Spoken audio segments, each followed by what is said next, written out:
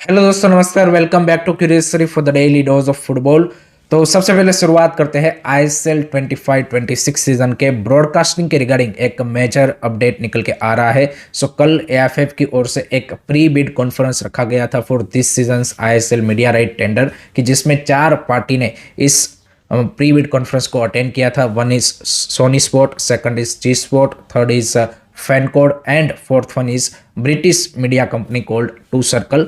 And उन्होंने यहाँ पे एएफएफ के सामने जो भी उन्होंने मीडिया राइट्स का टेंडर निकाला है उनके रिगार्डिंग जो भी उनके क्वेरीज थे एंड टर्म्स एंड कंडीशन पे जो भी उनको क्लैरिटी चाहिए थी वो सारी उन्होंने यहाँ पे एएफएफ के सामने रख दी है। अब एएफएफ उनको यहाँ पे रिस्पॉन्स देगा and then 1 is the last date for anyone to submit their official bid.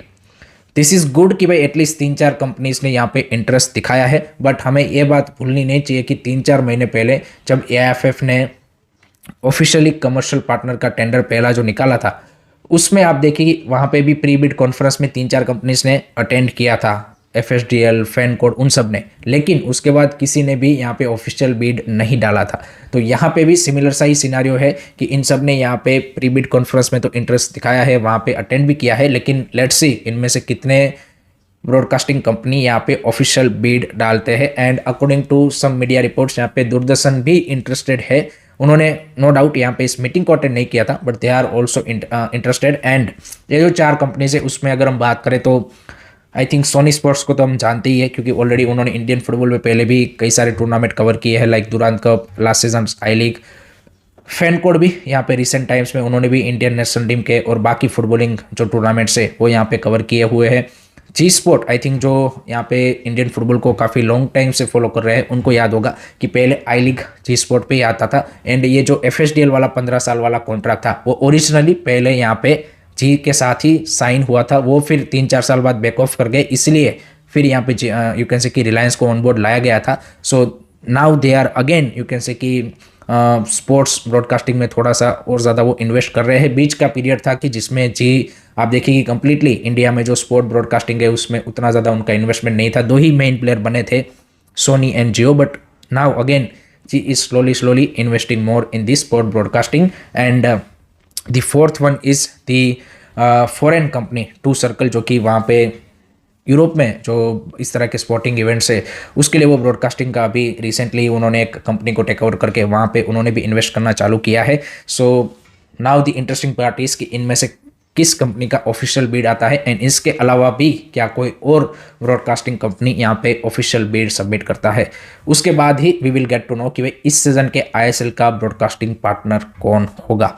Let me know guys, आप क्या सोचते हो, आपके क्या ओपिनियन है इसके रिगार्डिंग, कमेंट सेक्शन में ज़रूर बताइएगा।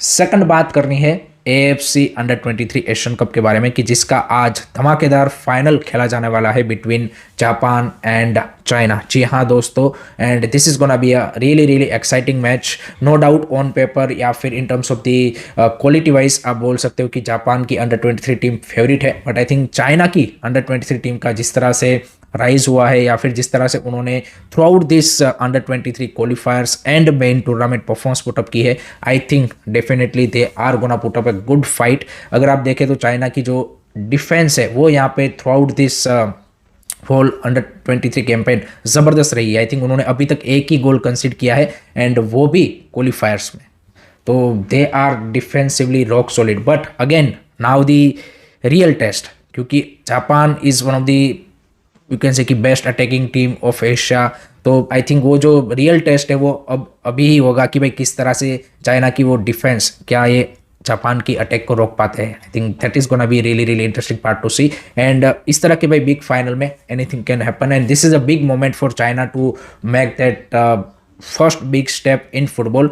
हम सबको पता है कि यहाँ पे चाइना में पिछले कुछ सालों में काफ़ी सारा पैसा फुटबॉल में इन्वेस्ट हुआ है, बट उस तरह का उनका रिजल्ट शायद आपको ना देखने को मिला हो। But China is a such a vast country, तो वहाँ पे भी जो रिजल्ट है वो आपको बाकी छोटे कंट्रीज में जिस तरह से यहाँ पे लेट से 5-10 सालों में दिख जाता है, मे बी वहाँ पे टाइम लग सकता है। जस्ट लाइक इंडिया, तो आई थिंक 2010 और उसके अराउंड जो चाइना ने यहाँ पे फुटबॉल में इन्वेस्ट करना चालू किया था, उसका अब स्लोली थोड़ा सा उनको यहाँ पे यू कैन से कि जो रिजल्ट है वो दिखना चालू हुआ है। And this is a big moment for China in terms of the football growth point of view. अगर यहाँ पे वो कुछ हिस्टोरिकल अचीव करते हैं आज के फाइनल में एंड जापान जैसी टीम को अगर बीट करते हैं, दैट वुड बी ना really big moment for football growth in China. So let's see किस तरह से वो फाइट बैक करते हैं। And on the other side Japan के पास मौका है to win back to back AFC अंडर-23 टाइटल। 2024 का भी उन्होंने ही जीता था। So let's see how they are also gonna perform. आपका क्या प्रेडिक्शन है about this match, comment section में जरूर बताइएगा। उसी के साथ AFC अंडर-23 एशियन कप का 3rd प्लेस का मैच कल खेला गया था between Vietnam and South Korea. And what a match दोस्तों, what a match, what a fight put up by both the teams. आप देखिए रेगुलर टाइम में मैच 2-2 पे एंड हुआ एंड उसके बाद यहाँ पे पेनल्टी शूटआउट में भाई वियतनाम ने 7-6 से साउथ कोरिया को हरा के 3rd प्लेस पे फिनिश किया है। तो again Vietnam is another you can say कि एशियन एमर्जिंग टीम की जिनकी भाई यहाँ पे जो यूथ टीमें है they done a great job. I think last year 2025 में वियतनाम का overall as a ASEAN country के पॉइंट ऑफ व्यू से one of the most successful team वो रही थी, चाहे वो यूथ फुटबॉल के टूर्नामेंट हो या फिर सीनियर लेवल के टूर्नामेंट हो। सो वियतनाम भी यहाँ पे जिस तरह से उनका भी फुटबॉल में स्लो ग्रोथ हो रहा है, they are making that impact. And जिस तरीके से उन्होंने कल का भाई यहाँ पे 3rd प्लेस का मैच खेला against the mighty South Korean, it was a great to watch. So this kind of thing you need to do to develop your football to be honest. जब तक अगर आपकी यूथ टीमें उस तरह से स्ट्रॉन्ग नहीं होगी तब तक आप यहाँ पे सीनियर टीम से उतना यू कैन से कि जो एक्सपेक्टेशन है वो नहीं लगा सकते। तो इंडियन फुटबॉल को ये सीखने की ज़रूरत है। एंड ये इंडियन फुटबॉल के बारे में चाहे वो यहाँ पे फॉरेन के एक्सपर्ट हो या फिर इंडिया में भी जो फॉर्मर प्लेयर्स या फिर किसी ने भी अगर आप देखिए प्रीवियसली स्टेटमेंट उठा के, तो वो सेम चीज़ ही बोला है कि इंडिया को भाई यहाँ पे पहले उनकी जो यूथ टीमें हैं उनको इस तरह के जो टूर्नामेंट है AFC Asian cup, under-17, अंडर-20, अंडर-23 and FIFA under-17 world cup, FIFA अंडर-20 world cup, उस तरह के इवेंट में रेगुलरली पार्टिसिपेट करना पड़ेगा। वहाँ पे नॉट ओनली पार्टिसिपेट करना पड़ेगा, इस तरीके से यहाँ पे सेमीफाइनल, फाइनल, क्वार्टर फाइनल इस तरह के लेवल पे जाके खेलना पड़ेगा। देन यू कैन एक्सपेक्ट कि भाई वो जनरेशन ऑफ प्लेयर्स जब सीनियर लेवल पे जाएंगे they can make that impact because then they players have that you can say कि quality, that exposure to challenge the best of Asia. So this should be the learning lesson for us. But unfortunately Indian football के stakeholder से ये चीज़ expect करना is little bit too much. आपका क्या मानना है, आपकी क्या ओपिनियन है इसके बारे में, कमेंट सेक्शन में जरूर बताइएगा। नेक्स्ट उसके बाद बात करना है दोस्तों तुर्किश क्लब फेनेरबाचे ने भाई यहाँ पे एक brilliant social responsibility project launch किया है जो कि every other club in the world should adopt this project. And particularly जो इंडियन क्लब्स हैं उनको तो भाई डेफिनेटली करना ही चाहिए। तो उन्होंने भाई एक ऐसा प्रोग्राम लॉन्च किया है कि जिसमें उनके क्लब में जो फर्स्ट टीम में जितने भी अब नए ट्रांसफर वो करेंगे, नए प्लेयर को साइन करेंगे, उन प्लेयरों का 1% जो सैलरी है वो यहाँ पे यूज़ करेंगे फॉर दी डिसएडवांटेजेस चिल्ड्रन, उनके एजुकेशन, उनके डेवलपमेंट के पीछे। एंड ये जो फेनेरबाचे के स्पोर्टिंग डायरेक्टर है उनका ये आइडिया था एंड उसको अब उन्होंने यहाँ पे इम्प्लीमेंट किया है। एंड अगर कोई प्लेयर ड्यूरिंग द नेगोशिएशन इस चीज़ से करने से मना करते हैं then they will not sign that player. And ये सिर्फ एक कैंपेन के तौर पे वो नहीं कर रहे, this will be there you can say कि क्लब्स परमानेंट रिस्पॉन्सिबिलिटी, आइडेंटिटी, जो भी आप बोले वो यहाँ पे वो कर रहे हैं। And this is how football club should you can say कि connect with the local community. हम यहाँ पे देखते हैं कि यूरोपियन या फिर जो बाकी कंट्रीज़ में जहाँ पे फुटबॉल क्लबों के साथ फैंस का वो एक रिलेशन है वो इसी तरह से बनता है भाई। जब तक आप कम्युनिटी के साथ हो, आपका 1-to-1 कनेक्ट नहीं होगा, आप सिर्फ ऑन दी फील्ड के ऊपर ही यहाँ पे यू कैन से कि सारी चीज़ें फोकस करोगे, तब तक तो वो कनेक्ट भाई यहाँ पे लोकल लोगों के साथ नहीं बनेगा। बट अनफॉर्चुनेटली हमारे यहाँ पे जो ISL क्लब से कि जिनके पास पिछले 10-11 साल में भी मौका था इस चीज़ को यहाँ पे करने का, कि जब यहाँ पे सारी चीज़ें FSDL की ओर से हैंडल की जा रही थी और सिर्फ उनको एज अ क्लब यहाँ पे उस तरीके से डेवलप करना चाहिए था, तब भी उन्होंने उस चीज़ को फोकस नहीं किया था एंड अभी भी यहाँ पे नहीं करेंगे। एंड दैट्स वाई यहाँ पे जो हम क्लब सस्टेनेबिलिटी की बात करते हैं, लीग सस्टेनेबिलिटी की बात करते हैं या फिर यहाँ पे व्यूअरशिप क्यों नहीं बढ़ती है, इन सारी चीज़ों की बात करते हैं, that is directly correlated with this thing कि आप जब तक ज़्यादा लोगों को यहाँ पे अपने साथ नहीं जोड़ पाएंगे ये चीज़ अचीव करना नामुमकिन है। एंड हमारे यहाँ पे आईएसएल क्लबों के स्पोर्टिंग डायरेक्टर और जो टॉप ऑफिशियल्स है वो क्या करते हैं कि भाई ट्रांसफर में किस तरह से कट मनी हमें मिले, कि भाई 1% मेरे को कैसे ज़्यादा मिले, वो उनका यहाँ पे ज़्यादा रोल रहता है, उसके ऊपर ज़्यादा वो फोकस करते हैं। एंड इसीलिए अभी ये आईएसएल का ये हालत हुआ है।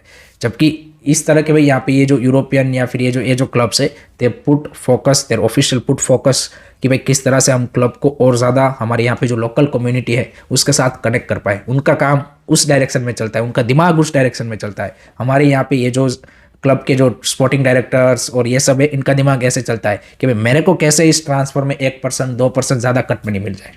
So that is the difference and that's why हमारे यहाँ पे जो क्लब्स है और यू कैन से की फ्रेंचाइजी है वो उस तरीके से लोगों के साथ कनेक्ट नहीं हो पाए हैं। आपका क्या मानना है, आपके क्या थॉट्स है, कमेंट सेक्शन में ज़रूर बताइएगा।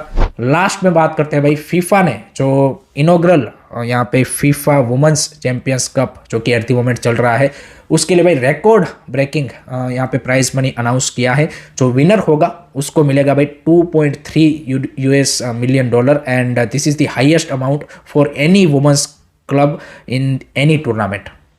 एंड जो रनर अप होगा उनको भी यहाँ पे भाई 1 मिलियन मिलेगा। सो एट द मोमेंट ये टूर्नामेंट चल रहा है एंड आई थिंक 1 फेब को इसका लंदन में फाइनल है। ये बेसिकली आपका जैसे मेंस में फीफा क्लब वर्ल्ड कप है उसी तरीके का यहाँ पे उन्होंने वुमेंस के लिए भी ये फीफा वुमेंस चैंपियंस कप करके टूर्नामेंट चालू किया है, जिसमें जो 6 कन्फेडरेशन है उन सब के जो चैंपियंस लीग के वुमेंस चैंपियंस लीग के विनर है वो यहाँ पे पार्टिसिपेट करते हैं एशिया की ओर से। ऑब्वियसली लास्ट जो AFC वुमेंस चैंपियंस लीग के विनर थे वुहान जिंग था, उन्होंने भी पार्टिसिपेट किया था, बट अनफॉर्चुनेटली वो राउंड 2 पे ही यहाँ पे बाहर हो गए फ्रॉम द काफ का जो यहाँ पे विनर था उससे। तो इसके चलते यहाँ पे वो सेमीफाइनल में नहीं पहुंच पाए। So now it is gonna be interesting to see. Arsenal are the favourite to win this first edition of FIFA Women's Champions Cup and they might get that big prize money. So this is good. यहाँ पे FIFA is also putting a lot more focus now on the women's football and how to develop women's football also. So that is a great news. आपका क्या मानना है comment section में जरूर बताइए।